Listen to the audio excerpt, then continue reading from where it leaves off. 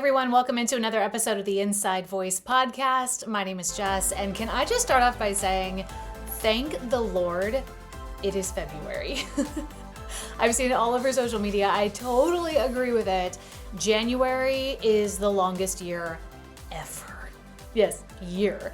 Even though it's 31 days, it feels so much longer than that. Like people were posting like, welcome into January 52nd or welcome into January 63rd. Like it literally is the longest month of all eternity. And actually, I did a little deep dive on this. I saw this on social media, so I was like Googling it and like looking into different things. There's like evidence to support this. Like if you feel like you're the only one that feels like January is long, no. Like everybody feels that way. And there's a reason for it. It's this weird like vortex that we get into. It's like post-holiday season, post-rush and hustle and bustle of the holiday season, entering into a month that's pretty boring for the most part. I know for me, like working in the music industry, there's not a lot going on in January. I mean, it's changing a little bit, but like traditionally, nobody's announcing like tours or albums or doing interviews and stuff like that. Like people are just not out, you know? We're all kind of like easing our way into the pool of the new year. And then you couple that with the fact that it's wintertime and it's dark and it's cold. And I know that like we just had this huge frozen tundra that went through most of the United States, not everywhere. I know there were people in like Florida and even like parts of Arizona that were just like sipping Mai Tais by the pool. Love that for you. But for the rest of us, it was cold. Snow, ice, sleet. It was a lot. And that gets into this mess of post-holiday season. And then you've got this whole seasonal affective disorder, you know, like not seeing the sun and you get depressed and stuff like that in the winter season.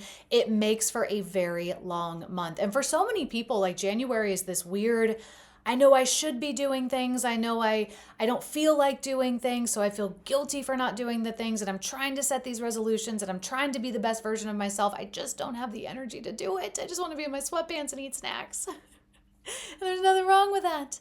But for us here at the Inside Voice podcast, we have actually been using January to our advantage. We've been working on ourselves. We've been doing some deep work here. We've been analyzing and learning about ourselves, whether it is our true identity, whether it is who we've become over the years, and maybe, you know, some tendencies and some habits that we've picked up. And we've also allowed ourselves to really dream big. And I hope in the last couple of weeks, you've felt this passion and you felt more clarity and vision for yourself. You know, last week we got down to like the nitty gritty of narrowing down our big, giant, beautiful madness that is this vision board for our lives, and getting down into and narrowing those things down into 3 different categories, and ultimately narrowing it down to just 3 things that we're chasing this year. You can go back and listen to that episode if you want to. But a lot of this work that we've been doing is going to serve us in the long run. It's going to serve us with the goals that we set last week. It's going to serve us as we move through the year, as we move through life. And this is just a good practice for us to have that you can pull out at any time. It doesn't have to be the beginning of the year. You can pull this out in June if you feel like you're in a rut in June, or maybe fall comes around and like fall's your season and you're like, this is when I want to set the goals. This is when I want to get, you know, super focused and like dial in, like use this same process again, like rinse and repeat, please, with life and experiences and this journey that we're on called life. Things change and things, you know, like you might lose your core identity again, or it may morph into something a little different. You know, you might find yourself slipping into bad habits again and you need to revisit and meet yourself where you're at again. Like those are good practices to have in general.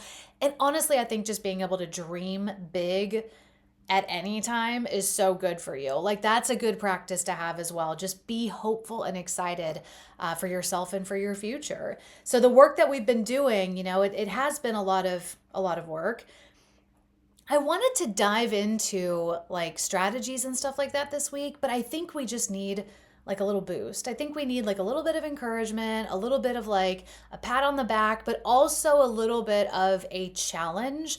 And kind of like a moment of like, hey, your coach is grabbing you by the shoulders and they're like, hey, listen up. This is important. Like, here's the game plan. This is where we're going.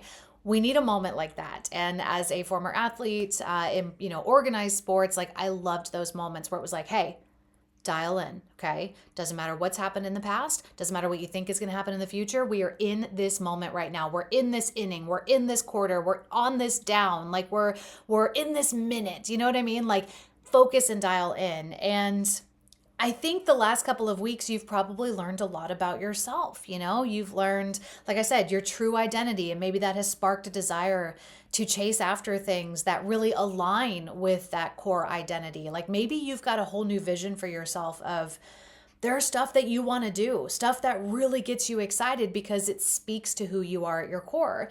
Maybe meeting yourself where you're at and finding out and figuring out, where life has brought you and the habits and the tendencies that you've picked up has really opened your eyes to, things that you want to fix, things that you want to change. And that dreaming big just gave you this whole new gumption to go after those things and to really think about what you can do with your life. And maybe it was a great reminder for you of like, hey, I only get to do this once and I want to do it well. I want it to be exciting and thrilling and fulfilling and magical. I want it to be all that it can be.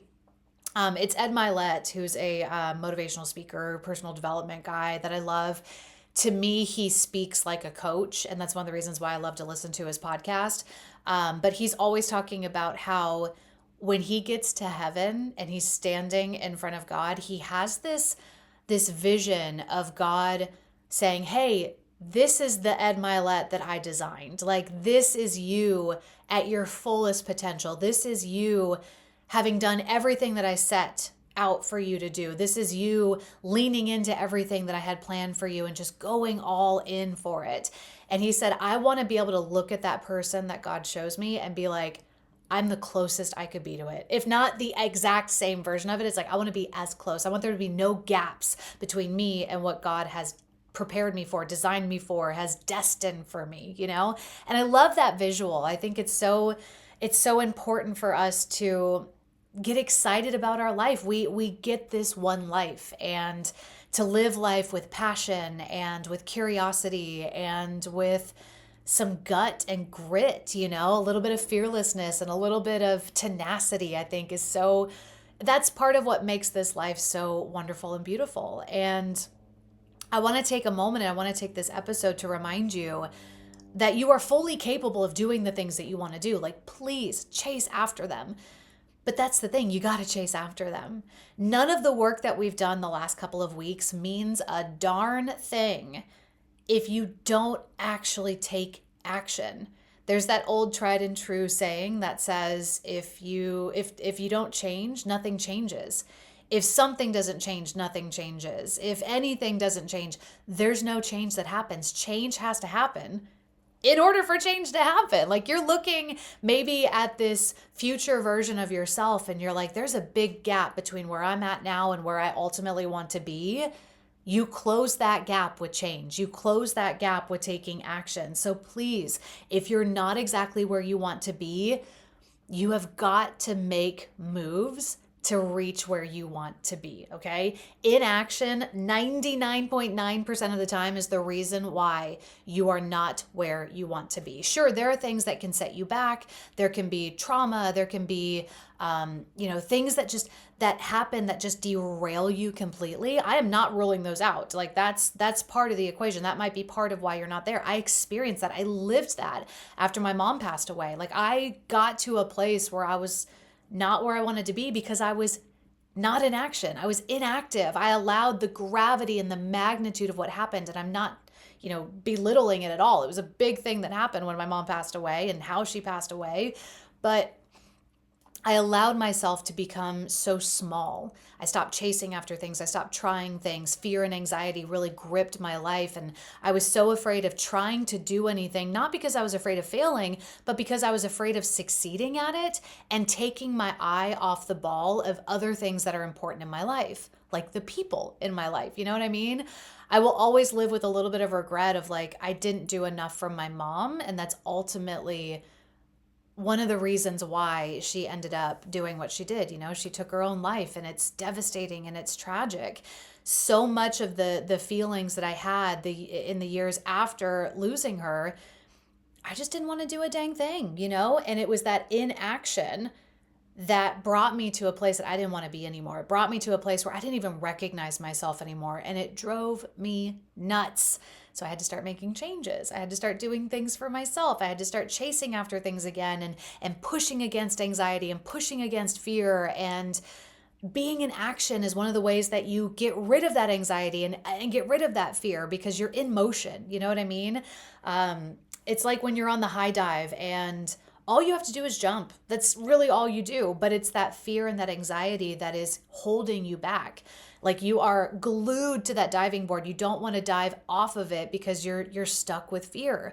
But it's that action. It's saying, oh no, I'm gonna dive off of this, and actually doing it, that suddenly the fear dissipates, and you hit the water and you come to the edge of the pool and you're like, oh, that wasn't as bad as I thought it was going to be. So please don't let fear, don't let anxiety hold you back, and start taking action. I think oftentimes we overestimate our lack and we underestimate ourselves. We underestimate what we can actually do, how much we are a player in this game. The lack that we think that we have always feels greater because we're focusing on what we don't have. And it's Tony Robbins that always says that if you focus on something, you will be focused on that thing. If you're looking for something, you will be drawn to it and move towards it. It's just kind of like a force of nature. There's that clip on social media of him with Theo Vaughn. And he does this exercise with like all of his conferences and stuff like that. But he tells him, like, look around the room and find everything that is red. So Theo starts looking and he goes, did you find some things that were red? And he goes, yeah. And he's like, well, how many things did you find that were brown?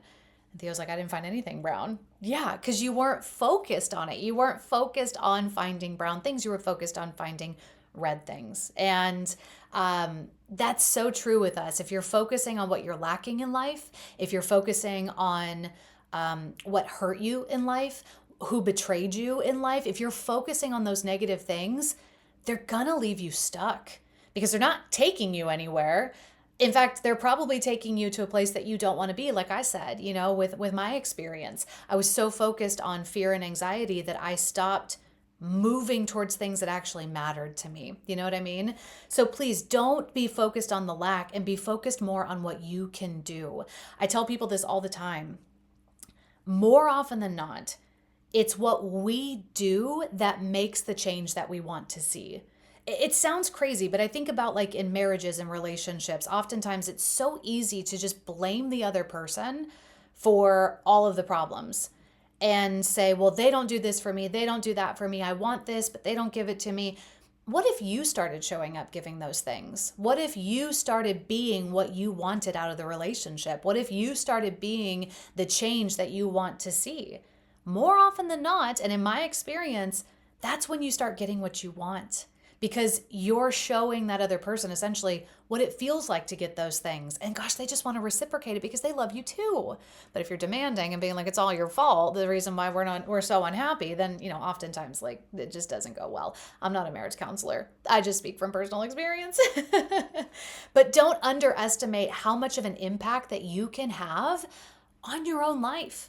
I mean, you're the main character in your life, right? Last time I checked, you weren't a secondary character, supporting somebody else. You are the main character in your own life. So please stop underestimating what you can do to change your life. Because at the end of the day, I mean, let's be honest, nobody's going to want it more than you, and nobody's going to chase it for you. Nobody's going to show up and just do it for you. You're going to have to take action. You're going to have to stop with the excuses. You're going to have to stop being defensive when there's correction or failure in life. You're going to have to stop with all of the stuff that's holding you back and just start taking some steps forward, gathering data, good, bad, this worked, this didn't work, but keep moving forward. At the end of the day, we hold ourselves back because we're scared. We hold ourselves back because we are afraid to fail. We're afraid to succeed in some, instances. We feel like if we play small, we're guaranteed safety. We feel like if we stay here, like being on that diving board, if we stay here on the diving board, we're safe. you're still on the diving board. You know what I mean?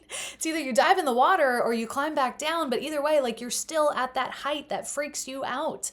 You have to move somehow, some way. And oftentimes I think about, we talk about inaction leading you to a place that you don't want to be. If you think that not taking care of your health, like let's take the fitness aspect of it. If you think that, okay, if I don't go to the doctor, they can't tell me anything that's wrong with me. You hear people say this all the time. I don't want to go to the doctor. I'm scared. What if they tell me something's wrong? How can you fix anything if you don't know there's something wrong? You know what I mean? So inaction can actually lead you to a place that is very unsafe. Inaction can lead you to a place that is very unhealthy. Inaction can lead you to a place that is just not where you want to be. So please take a step forward. I also want to remind you that we're meant to grow in life. Like life in and of itself is a journey. We're gathering years, we're gathering time, we're gathering, months, weeks, minutes. Like we are consistently growing and moving through life. You think of like the life cycle of animals and plants and even us as humans. We don't come out of the womb as full-fledged humans, like fully grown, functional, speaking, thinking humans. Like, no, we start off as infants and we grow and we learn and we change and we continue that process. Hopefully, as we get older, we still need to challenge ourselves and learn new things and stimulate ourselves and be curious about the world. That's part of growing. It's just in our DNA to grow. And I think about, like a garden. I think about plants, One of the things that I'm trying really hard to do is to be a little bit of a gardener. I don't need to have a green thumb. I just want to have a landscape in front of my house that looks pretty. And there is something that's therapeutic to me, like out there working in the dirt and putting things in the ground and watching them grow. As a kid, I was like fascinated by like taking plum seeds and apple seeds and like putting them in the ground and seeing if they would grow into a tree. I'd always forget to water them and like care for them, or even where I planted them in the first place. But also like just being in the dirt. I was a dirty kid. Like I was always outside just like playing and just filthy. That was just my childhood growing up. So I love this analogy, but think about like a garden, a beautiful, wonderful garden. You walk into this, there's nothing in it. Okay, let's start from there. There's nothing in this garden. It's just dirt. You walk out there, you plant a bunch of things. You plant flowers and shrubs and trees and maybe some fruits and vegetables. And maybe you put a little bird bath out there. Maybe you do a little water feature, a little fountain action. Maybe there's a hummingbird feeder that's hung out there, a wind chime even, just to really set the tone. Maybe there's a beautiful ornate bench for you to sit in, if you go out there and you read. Like you put all of this effort into this plot of land, okay? You go out there, you spend your entire Saturday doing this landscaping project. God bless.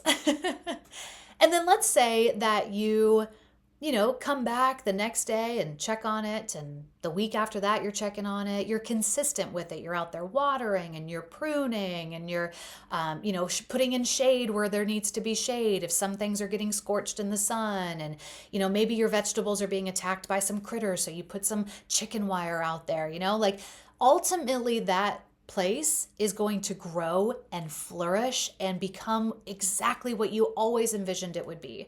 Beautiful and thriving, but it takes effort. It's beautiful and it's thriving, but it's because you were out there tending to it. Now, let's say you go out there and you do all that stuff, you plant all the wonderful things, you set up all the wonderful features, you've got a beautiful landscape in front of you and it's pristine. And let's say, you don't touch it for about a week. Okay, probably still looks okay, maybe a little unkept, maybe some things have died. But let's say you don't touch it for 6 months. Let's say you don't touch it for 9 months, a year, 2 years. What is going to happen to that garden? It's going to suffer. It's going to be dehydrated. It's going to lose its luster. Things are going to die. Animals are going to come in and make homes and things that they were never supposed to be in. They're going to eat all your fruits and vegetables. Trees are going to wither. The bench that you put out there is going to fade and rot and then eventually just turn into sawdust and crumble. You're never going to have, the hummingbirds coming over because the hummingbird feeder's never filled. The water in the bird bath is moldy and gross and mealy. Like it just turns into an absolute disaster. Because if you plant without tending to it, without being consistent with it, things will die. It will turn into absolute destruction. So what we did last week is we planted some seeds, right? We established some goals. We know where we're going. We have the vision of what we want this year to look like. We got a garden in our mind and we've got a garden that we have planted. Now you have to take care of it. You got to get out there consistently and water and prune and trim and do what you need to do to turn this into a beautiful garden, just what you envisioned, just what you put on that dream board that we put together. You've got to take care of it and you've got to be intentional with it.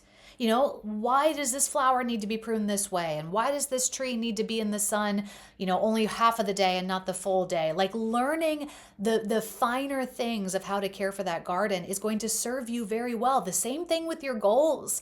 Get out there and tend, but also become a master of your goals. Become a master of the techniques and the skills that are needed for the things that you are trying to accomplish in your life. It has to matter to you. That's what it really boils down to. You want to tend to the garden because it matters to you. You want to take care of things because it matters to you. You've got that end goal that you're chasing. So please make it matter to yourself. You've set goals for yourself and it has to matter. Like we talked about, it's not going to matter as much to you, or it's not going to matter as much to other people as it does to you. It really will not, because those people don't have to live with the regrets of those things never being accomplished. My neighbor, yeah, they may not like to see my ugly garden, but it's not their responsibility. They're not going to come over and take care of it for me because they know that I'm capable of doing it myself. I'll figure it out, right? People are just nobody's going to swoop in and save the day and make everything happen for you. And even if they do come in and help you out, and that's wonderful. Maybe somebody comes in and says, all right, I'm going to do everything for you. At the beginning, you're going to have to sustain it in the long run, because eventually they're going to get bored or want to go do their own thing. People are only going to invest in you so much. And honestly, they're only going to invest in you as much as you care about what you're doing. Do you ever have somebody that is constantly belittling the thing that they're doing? It makes it feel like it's not great. They don't really care about it. So why should you care about it? People are not going to care about the things that you care about unless you care about the things that you care about.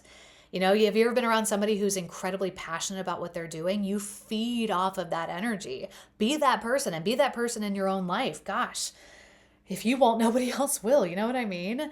Grasping a sense of why, grasping a sense of this matters to me is incredibly important. And again, it can't be based on anything else but why you set out to do it in the first place. That was why it was so important for us to set this idea of identity, to get clear on this idea of identity, because at the end of the day, your identity is a huge key as to why you're chasing what you're chasing. It's a huge indicator, if not the very definition of why you're doing something. If you base your why on a circumstance, an environment, or even a person, this is going to be a little tough. I'm not saying that those aren't good reasons to have a why, but if it's solely centered on those things, the moment that the circumstance changes, the environment changes, that person walks out on you, that person betrays you, what do you have left?